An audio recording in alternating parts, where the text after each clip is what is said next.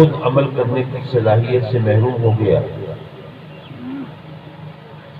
اس کے لیے اس کے اہل خانہ، اس کے پسماندگان، اس کے دوست احباب اس طرح محفل سجا کے قرآن مجید کی تلاوت کر کے اللہ رسول کا ذکر کر کے اس کی بارگاہ میں اس کے در رحمت پہ دستک دے کے اپنے اس عزیز کی، اس مہربان کی مغفرت کی التجا کریں، تو اس سے اس قبر والے کو جتنی خوشی ہوتی ہے، ایک حدیث مبارکہ کی روشنی میں اگر کسی شخص کو ساری دنیا کا مالک بنا دیا جائے تو اتنی خوشی نہیں ہوتی جتنی قبر میں دعائے مغفرت کے پہنچنے سے ہوتی ہے۔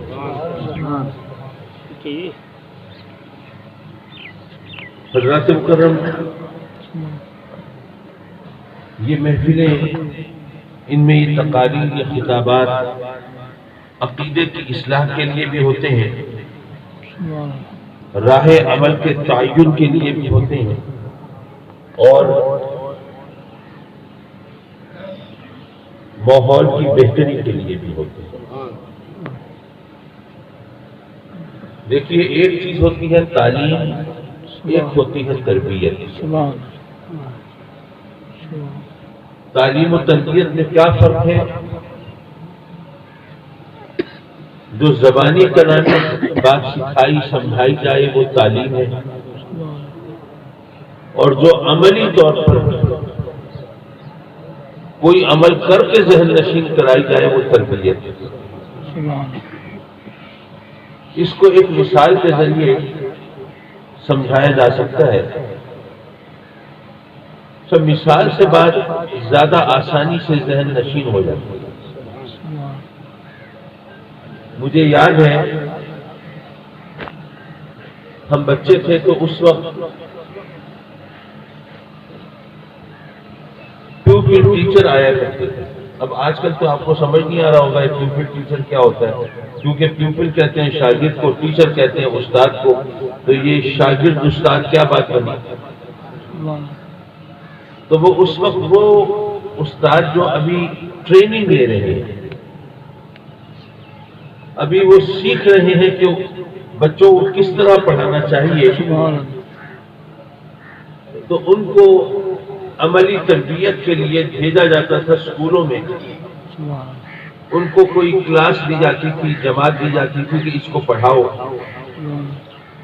مضمون دیا جاتا تھا یہ سبق پڑھاؤ، اور پھر ان کے جو ممتحن ہوتے تھے، ایگزامینرز ہوتے تھے، وہ ان کے نمبر لگاتے تھے کہ ان کے پڑھانے کا انداز کیسا ہے۔ اب آج کل تو ماشاءاللہ یہ تمام چیزیں خواب خیال ہو گئی، کوئی توجہ ہی نہیں کرتا۔ بہرحال تو ایک ہمارے اسکول میں پیوپل ٹیچر آئے اور انہوں نے ایک، ویسے تو ہم سب جانتے ہیں انما الاعمال بالنیات، اعمال کا دار و مدار نیتوں پر ہے، لیکن پتہ نہیں یہ بات آپ کے ذہن نشین اس انداز سے ہوئی یا نہیں ہوئی، لیکن جو انہوں نے مثال دی وہ میں آپ کے سامنے دہراؤں تو انشاءاللہ پھر آپ کو کبھی بھولے گی نہیں، کیونکہ میں نے بھی بچپن سے ان سے سنی تھی، آج تک مجھے یاد ہے۔ سبحان اللہ۔ انہوں نے کہا کہ جی وہ پرانا زمانہ تھا جب لوگ گھوڑوں پر، اونٹوں پر، بیل گاڑیوں پر سفر کیا کرتے تھے، تو وہ ایک شخص اپنے گاؤں میں مسجد میں آیا نماز پڑھنے کے لیے، تو مسجد جو تھی وہ گاؤں کے کنارے پہ تھی، تو اس نے دیکھا کہ وہ مسجد جو ہے اس کے ساتھ کوئی درخت نہیں ہے، کوئی کھمبا، کوئی ستون، کوئی قلعہ، کوئی کھوٹا نہیں ہے۔ اگر کوئی مسافر یہاں سے گزرے تو مسافر ہوگا، ظاہر ہے کسی سواری پہ ہوگا، تو اپنی سواری کو کھلا چھوڑ کے جو نماز پڑھنے نہیں آئے گا، تو یہاں تو کوئی جگہ ہی نہیں ہے، کس چیز سے باندھے گا سواری؟ جب سواری کی حفاظت کا، اس کو باندھنے کا انتظام نہیں ہوگا تو پھر بیچارہ نماز نہیں پڑھ سکے گا۔ تو یہاں پہ کوئی نہ کوئی انتظام ہونا چاہیے. یہ سوچ کے اس نے مسجد کے دروازے کے باہر اس نے ایک قلعہ گاڑ دیا, کھوٹا لگا دیا. وہ کھوٹا گاڑ کے چلا گیا اندر نماز پڑھنے. اس کے پیچھے ایک اور شخص آیا, وہ بھی نماز پڑھنے آیا. اس نے دیکھا کہ مسجد کے دروازے کے باہر ایک قلعہ لگا ہوا ہے. ابھی تو دن کا وقت ہے, یہ ظہر کا وقت ہے, میں نے دیکھ لیا, لیکن اگر رات عشاء کے وقت آتا تو مجھے نظر نہ آتا, ٹھوکر لگ سکتی تھی, گر پڑتا. کوئی دوسرا بھی آتا, اس کو چوٹ لگتی. بعض اوقات چوٹ لگتی ہے تو پھر خون بھی نکل آتا ہے, وضو بھی ٹوٹ جاتا ہے, کپڑے بھی ناپاک ہو جاتے ہیں. تو مسجد کے دروازے کے باہر قلعہ تو اس طرح نہیں ہونا چاہیے. یہ تو نمازیوں کو تکلیف دینے والی چیز ہے. اس نے وہ اکھاڑ دیا. اب ایک شخص نے قلعہ گاڑا ہے, دوسرے نے اکھاڑا ہے, لیکن دونوں کو ثواب مل رہا ہے کیونکہ نیت دونوں کی اچھی ہے. انما الاعمال بالنیات, اعمال کا دار و مدار نیتوں پر ہوتا ہے. میں دراصل یہ بات صرف اس لیے کہی کہ مثال کے ذریعے بات آسانی سے سمجھ میں آیا. کوئی شخص گھر میں بیٹھا ہے, بچے کو نصیحت کر رہا ہے کہ بیٹے جھوٹ مت بولنا. جھوٹ بولنا بہت بری بات ہے. جھوٹ بولنے والے کا پول کبھی نہ کبھی کھل ہی جاتا ہے, اور جب پول کھلتا ہے تو ظاہر ہے اس کا اعتبار اٹھ جاتا ہے, لوگوں کی نگاہوں سے وہ گر جاتا ہے, اور پھر اس طرح اس کی بات کا کوئی وزن نہیں رہتا. اور جھوٹوں پر تو اللہ نے قرآن میں لعنت بھیجی ہے, وہ تو رب کی بارگاہ میں بھی مجرم ہوتا ہے. اور سچ بولو گے تو لوگوں کی نگاہوں میں تمہاری عزت ہوگی, اور سچ بولنے والے کے لیے لوگ اعتبار کریں گے, اور اس کو کسی دلیل کی ضرورت نہیں ہوگی, اس کا کہنا ہی کافی ہوگا. اب یہ آپ تعلیم دے رہے ہیں, اس کو سکھا رہے ہیں, سمجھا رہے ہیں. آپ نے دیکھا ہوگا بعض اوقات ایسا ہوتا ہے کہ کوئی فون آیا یا کوئی دروازے پہ آیا اور آپ نے کہا دیکھو بیٹے کون ہے, اگر فلاں صاحب ہو نا ان سے کہہ دینا کہ ابو گھر پہ نہیں ہے. اچھا وہ ایک گھسا پھٹا پرانا لطیفہ, اب تو اس لطیفے کی داڑھی بھی سفید ہو گئی. آپ نے سنا ہوگا کہ بچہ گیا دروازے پہ, وہ پوچھا کہ بھئی وہ آپ کے ابو ہیں, ان سے ملنا ہے. ان کو کہا کہ نہیں ابو کہہ رہے ہیں میں گھر پہ نہیں ہوں. یہ لطیفہ آپ نے پہلے بھی سنا ہوگا. یہ لطیفہ کیوں ہے بھائی؟ مجھے اگر یہ ہم ہنس اس لیے رہے کہ بچے نے کتنی سادگی سے کہہ دیا ابو کہہ رہے ہیں گھر پہ نہیں ہے, اسے جھوٹ بولنا بھی نہیں آتا. ذرا سوچیے اگر مجھے یہ پتا ہو کہ میرے بچے کو جھوٹ بولنا نہیں آتا, یہ میرے لیے خوشی کی بات ہے یا دکھ کی بات ہے؟ خوشی کی بات ہے. میں کہوں کہ میرا بچہ اتنا سچا ہے, اتنا سیدھا ہے, وہ جھوٹ کے قریب نہیں پھٹکتا, اس کو جھوٹ بولنے کا طریقہ نہیں ہے. تو یہ ہم نے اس کو لطیفہ اس لیے بنایا کہ ہم بچوں کو جھوٹ بولنے کا سلیقہ سکھانا چاہتے ہیں, اور بتاتے ہیں کہ دیکھو بیٹے جھوٹ اس طرح بولو کہ دوسرا تمہارے جھوٹ پر اعتبار کر لے. تم بات کرو تو اس کو یہ نہ سمجھ میں آئے کہ جھوٹ ہے کہ سچ ہے, وہ مان لے کہ تم جو کہہ رہے ہو ٹھیک ہے. تو حضرات مکرم یہ تربیت ہے, یہ تربیت ہے. ہم تعلیم دے رہے ہیں کہ جھوٹ بولنا کتنا بڑا نقصان ہے, کتنی بڑی برائی ہے, اور سچ بولنا کتنی بڑی اچھائی ہے. یہ تعلیم دے رہے ہیں, اور تربیت یہ کر رہے ہیں کہ جھوٹ اس طرح بولو کہ لوگوں کو شبہ نہ ہو کہ یہ جھوٹ ہے, وہ تمہارے جھوٹ کو سچ مان لیا کریں. تو یہی وجہ ہے کہ جب ہمارے بچے ان زندگی کے سفر میں آگے چلتے ہیں تو وہ چوں کا مربع ہوتے ہیں, ان کو سمجھ نہیں آتی کہ جو ان کو تعلیم دی گئی ہے اس پر عمل کریں یا جو تربیت دی گئی ہے اس پہ عمل کریں. قرآن مجید تعلیم بھی دیتا ہے, تربیت بھی کرتا ہے. ہمیں تعلیم دی رب کائنات نے کہ میرے محبوب, اچھا یہ بھی بات سمجھنے کی ہے, رب کائنات نے ہمیں نماز کا حکم دیا ہے, اور نماز رب کی بارگاہ میں حاضری ہے. اپنی بارگاہ میں حاضری کا حکم اس نے دیا ہے. نماز کی اہمیت ہم سب جانتے ہیں, کسی مسلمان کو بتانے کی ضرورت ہے کہ نماز کی کیا اہمیت ہے. جو مسلمان ہے, جو کلمہ گو ہے, اس کو تو معلوم ہونا چاہیے کہ نماز دین کا ستون ہے. نماز مومنین کی معراج ہے، نماز آقا کریم صلی اللہ علیہ وسلم کی آنکھوں کی ٹھنڈک ہے، نماز جنت کی کنجی ہے، نماز کافر اور مومن کے درمیان فرق ہے، یہ ہم سب کو معلوم ہونا چاہیے اور ہے بھی صحیح۔ لیکن اس کے باوجود ہم نماز کا جتنا اہتمام کرتے ہیں ہم سب کو پتہ ہے، اللہ تعالیٰ ہمیں توفیق دے۔ بہرحال نماز رب کی بارگاہ میں حاضری ہے، اس نے اپنی بارگاہ میں حاضری کا حکم تو دیا ہے، لیکن قرآن مجید میں نماز پڑھنے کا سلیقہ نہیں سکھایا، طریقہ نہیں بتایا، ہمیں نہیں بتایا دن میں کتنی نمازیں پڑھنی ہیں، قرآن میں نہیں بتایا، نہیں بتایا کہ نماز کی رکعتیں کتنی ہیں، نہیں بتایا کہ رکوع و سجود کیسے ادا کرنا ہے، نہیں بتایا کہ پہلے سجدہ کرنا ہے یا پہلے رکوع کرنا ہے یا پہلے قیام کرنا ہے۔ قرآن مجید میں رب کائنات نے اپنی بارگاہ میں حاضری کا حکم تو دیا ہے لیکن طریقہ نہیں سکھایا۔ لیکن جب اپنے محبوب کی باری آئی تو رب نے قرآن میں اپنے محبوب کی بارگاہ میں حاضری کے آداب سکھائے۔ یا ایھا الذین آمنوا، پہلا سبق یہ دیا کہ آقا کریم کی بارگاہ میں حاضری کے آداب مومنوں کو سکھائے جاتے ہیں، کافروں کو کیا کرنا۔ لا تقدموا بین یدی اللہ ورسولہ، رب کائنات نے ایمان والوں کو بتایا کہ اللہ اور اس کے رسول سے سبقت لے جانے کی کوشش مت کرو، آگے نکلنے کی جسارت مت کرو۔ میں سوچنے لگا کہ اگر ہم کچھ لوگوں کے ساتھ چل رہے ہوں تو سمجھ میں آتا ہے کہ ہم آگے نکلیں یا پیچھے رہیں، ادب احترام سے ان کے نقش قدم کو اختیار کریں یا خود پیش قدمی کریں۔ اپنے جیسے انسانوں کے ساتھ چل رہے ہوں تو بات سمجھ میں آتی ہے، لیکن اللہ سے آگے کون نکل سکتا ہے؟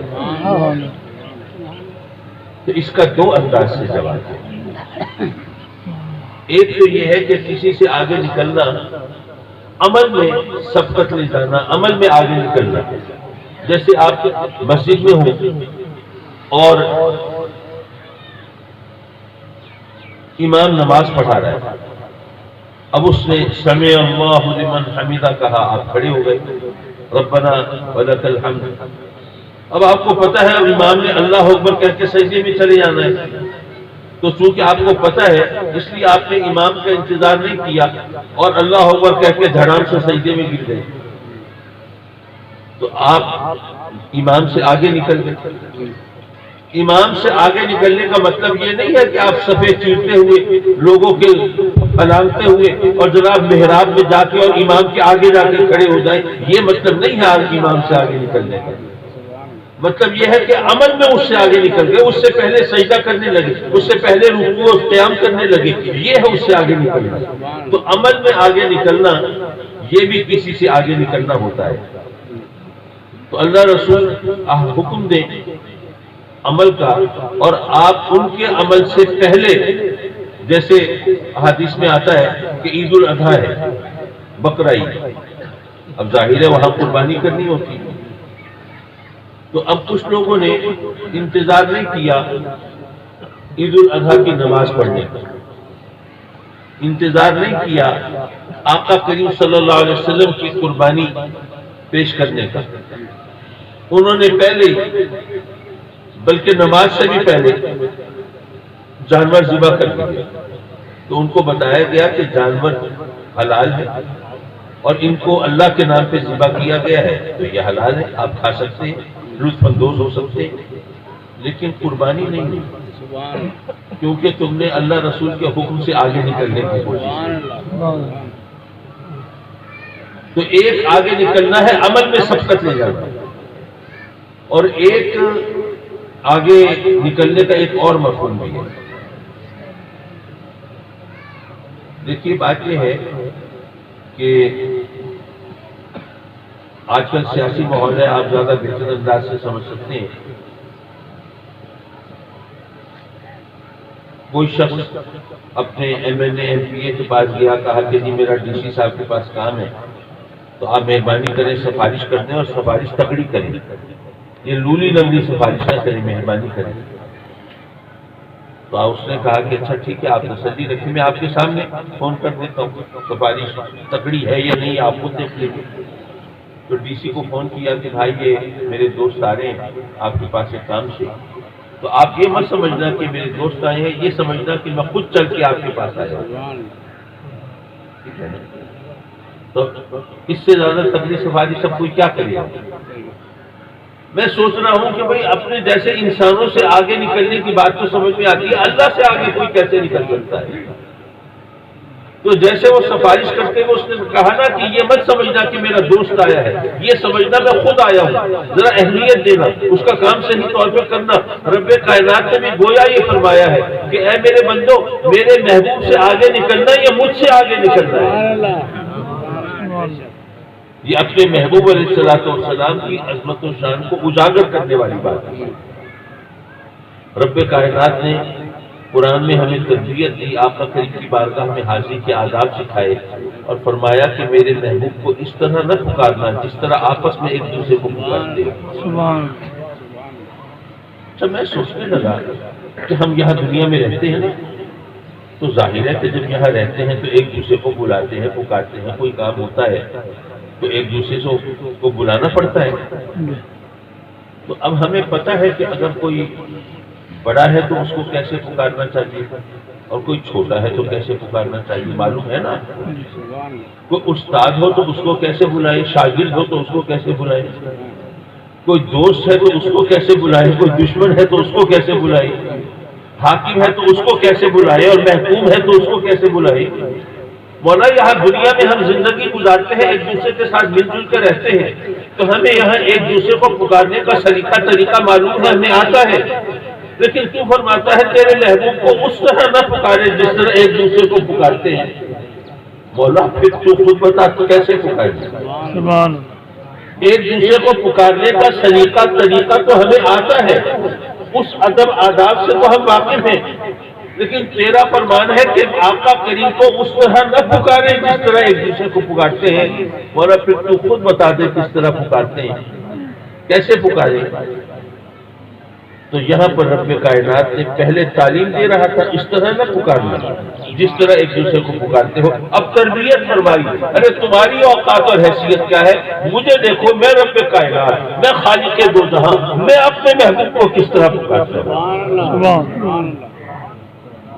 پورے قرآن مجید میں رب کائنات نے اپنے محبوب علیہ الصلوۃ والسلام کو کہیں نام لے کے خطاب نہیں فرمایا، بلکہ عظمت اور محبت بھرے القاب سے اپنے محبوب کو پکارا، کبھی یا ایھا النبی، کبھی یا ایھا الرسول، کبھی طٰہٰ، کبھی یاسین، کبھی شاہد، کبھی مبشر، کبھی نذیر، کبھی سراج منیر، کبھی رحمت مدثر۔ اللہ اپنے محبوب کو پکارنے کا سلیقہ سکھا رہا ہے، تربیت فرما رہا ہے۔ تو میں یہاں اس مقام میں صرف ایک الجھن کو سلجھا کے اور پھر دعا کر کے آپ سے اجازت چاہوں گا۔ اور ویسے بھی ہمارے ہاں عام طور پر انتظار کرانے کے لیے وہ لنگر کا اعلان کر دیا جاتا ہے، یہاں پہ آپ کو زیادہ انتظار کرنے کی ضرورت نہیں پڑے گی۔ ذہن میں خلش پیدا ہوتی ہے، سوال پیدا ہوتا ہے کہ قرآن مجید میں رب کائنات نے اپنے محبوب علیہ الصلوۃ والسلام کو کہیں نام لے کے نہیں پکارا، کیونکہ نام لے کے بلانا ایک بے تکلفی کا انداز ہوتا ہے۔ آپ کے علاقے کا مثلا ڈی ایس پی ہے، تو آپ اگر جائیں گے تو ڈی ایس پی صاحب کہہ کے اس کو بلائیں گے، لیکن اگر کوئی ان کا دوست ہے، کوئی واقف کار ہے، تو مثلا ان کا نام عبد المجید ہے، تو وہ نام لے کے عبد المجید صاحب کیسے ہیں آپ، ٹھیک ہے، یہ ایک بے تکلفی کا انداز ہے۔ تو رب کائنات نے ہمیں تربیت دی کہ میرے محبوب کو ان کی عظمت اور ان کے مقام کے لحاظ سے پکارنا، ان سے اس طرح بے تکلف ہونے کی کوشش مت کرنا۔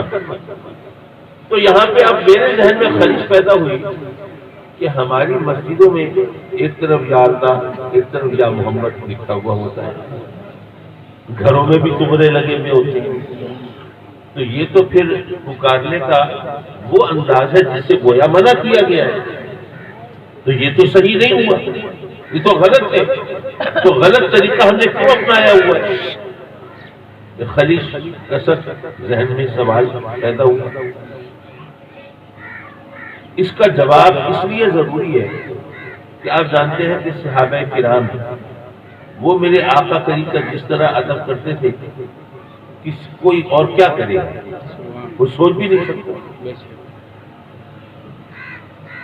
اب جب مسیلمہ کذاب سے سیدنا صدیق اکبر رضی اللہ تعالیٰ عنہ کے دور میں جب جہاد ہوا، تو پہلے جب کافروں سے جہاد ہو رہا ہے، دوسرے کافروں سے عام، تو وہاں پر مسلمان جب نعرہ تکبیر لگاتے تھے، اللہ اکبر کہنے والے مسلمان ہوتے تھے، لیکن مسلمہ کذاب کو جو اللہ کا نبی مانتے ہیں، تو جب نبی مانتے ہیں تو اللہ کو پہلے مانیں گے نا، تو اللہ اکبر کے نعرے میں وہ بھی شریک ہوتے تھے۔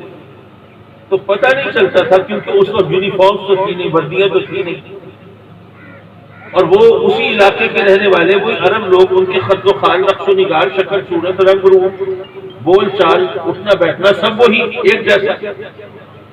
اب اگر ہزاروں کا لشکر ہو تو ایک آدمی اب ہر ایک کو جو شکل سے نہیں پہچانتا، اب کیسے پتہ چلے کہ یہ جو سامنے ہے یہ اپنا ہے یا دشمن ہے؟ تو اس کے لیے ویسے دوسرے کافروں سے لڑائی ہو تو وہ تو اللہ اکبر کے نعرے سے پتہ چل جاتا تھا، لیکن اب جب کہ وہ اللہ اکبر کا نعرہ وہ بھی لگا رہے ہیں تو اب کیا کریں؟ تو مسلمانوں نے اپنی پہچان کے لیے پھر نعرہ لگایا، یا محمد، آقا کریم صلی اللہ علیہ وسلم کو پکارنے کا نعرہ لگایا۔ اور ظاہر صحابہ کرام آقا کریم کی بارگاہ میں گستاخی کا تصور نہیں کر سکتے، تو ہمیں پھر یہ اس سوال کا جواب بہرحال درکار ہے کہ قرآن میں تو اس انداز سے نہیں پکارا، گویا یہ انداز پسندیدہ نہیں ہے، پھر ہم اس طرح اس کو کیسے جسٹیفائی کر سکتے ہیں، اس کا جواب کیسے دے سکتے ہیں کہ صحابہ نے یہ نعرہ کیسے لگایا اور ہم بھی آج تک یہ یا محمد ہم اہل سنت کی پہچان یہ کیسے بنی؟ نعرہ تکبیر، نعرہ رسالت، نعرہ خلافت، نعرہ حیدری،